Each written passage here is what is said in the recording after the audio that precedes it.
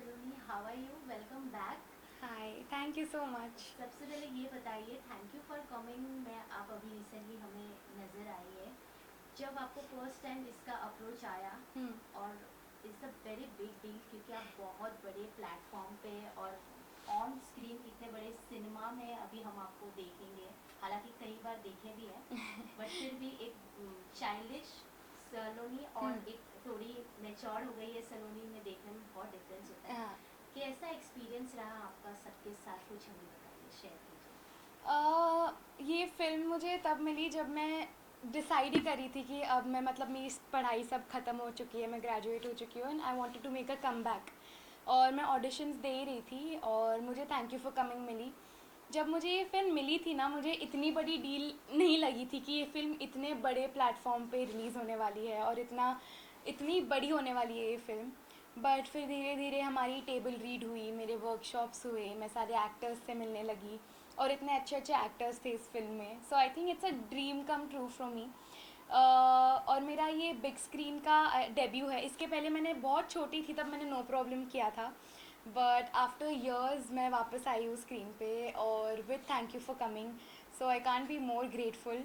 और मुझे बहुत मज़ा आया शूट करने में इसको। मैं एक 16 ईयर ओल्ड स्कूल गर्ल बनी हूँ और मैंने भूमि के साथ, शहनाज के साथ, Dolly, Shibani, everybody we shot with them. और एक बहुत फन सारा एटमॉस्फेयर था शूट पे। तो इस कैरेक्टर ने काफ़ी कुछ आपको दिया है, जैसे कि आपने बोला डेब्यू है। हम्म। और आपका जो मूवी का टाइटल भी थैंक यू फॉर कमिंग, हाँ। मतलब डेब्यू के साथ साथ आपने ऑडियंस को मैसेज भी दे दिया कि थैंक यू फॉर कमिंग। हाँ। कैसा लग रहा है ये टाइटल, कैसा लगा आपको? और आपने इस ओवरऑल मूवी में किस तरीके का मैसेज दिया है? क्योंकि जैसे कि आपने कहा आप स्कूल गर्ल प्ले कर रही है, तो कहीं ना कहीं आपका किरदार कहीं से कुछ मैसेज ऑडियंस तक, सोशल मैसेज, तो क्या कहना चाहेंगे इस बारे में? तो मैं ऐसी लड़की हूँ इस फिल्म में कि मैं एक्चुअली मेरे पढ़ाई में, मेरे स्कूल में हेड गर्ल हूँ, टॉपर हूँ, सब कुछ मेरा सही चल रहा है। लेकिन मेरी लव लाइफ जो एक ऐसी चीज़ है, मुझे मुझे मेरे कैरेक्टर को ऐसा लगता है कि मैं इसी में बस मार खा रही हूँ और अपने फ्रेंड्स से पीछे रह रही हूँ। तो मैं हमेशा बस सोचती रहती हूँ कि मुझे क्या करना चाहिए कि मैं भी मतलब मेरे फ्रेंड्स की तरह आगे आऊँ, पीयर प्रेशर और ये सारी चीज़ें चलती रहती है। So Bhumi Pednekar is playing my mother's best friend और मैं हमेशा उनके पास ही जाती हूँ चाहे जो भी एडवाइस मुझे लेनी हो। सो आई गो टू हर और वो मुझे बोलती है कि तुझे इतना नहीं सोचना चाहिए, you should do it when you are ready. And I think that I am actually ready now to like explore more things. But then वो गलत टर्न ले लेती है और फिर मेरे साथ, मेरे कैरेक्टर के साथ धोखा होता है।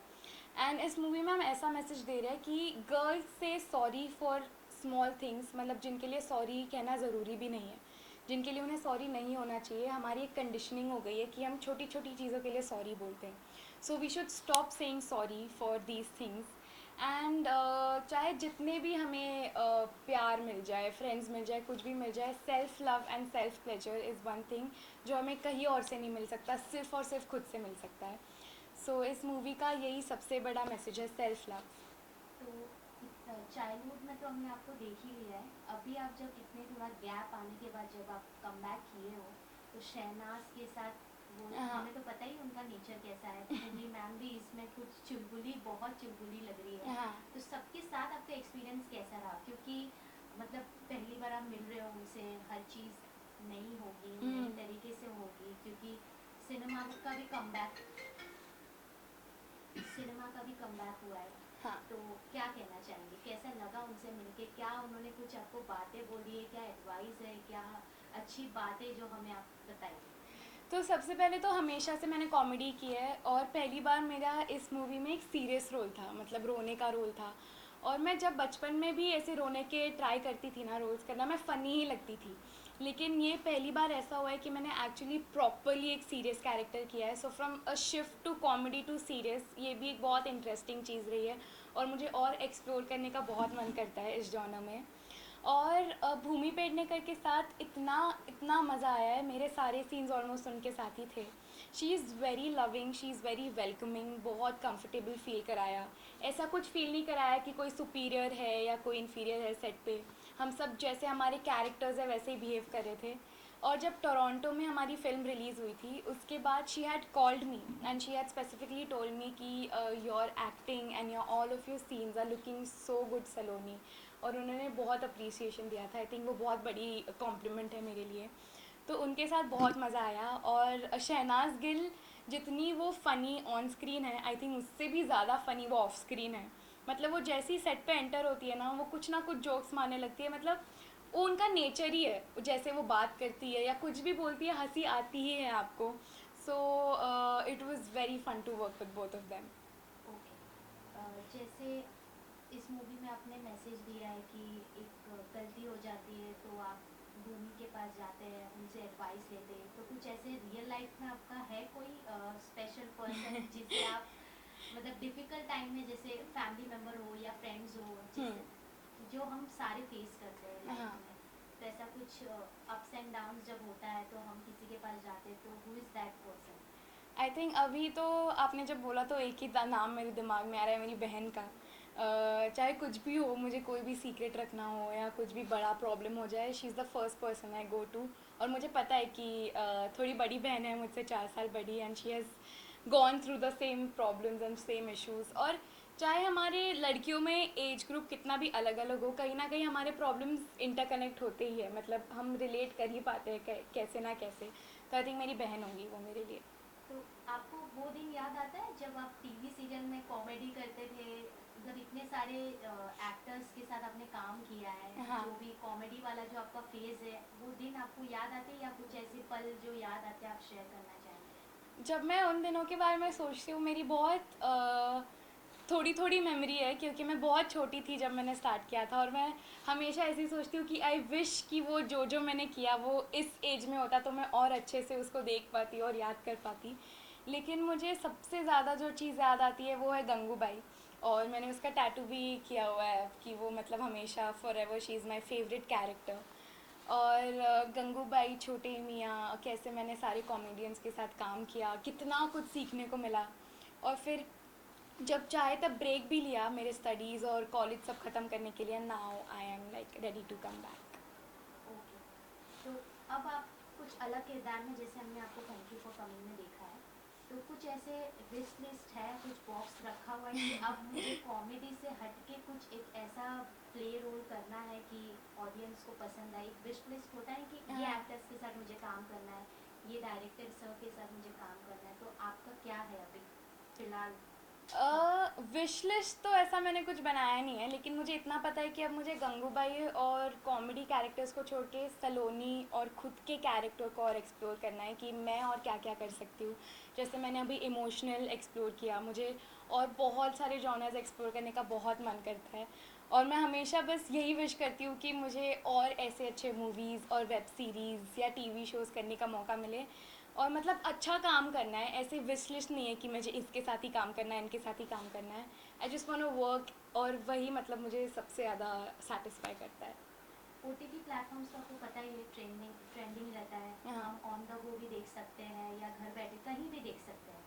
तो जैसे आपने टीवी से शुरुआत किया है, तो बिग बॉस तो आपको पता ही होगा, तो आप कितना फॉलो करते हैं बिग बॉस को, ये हमें बताइए।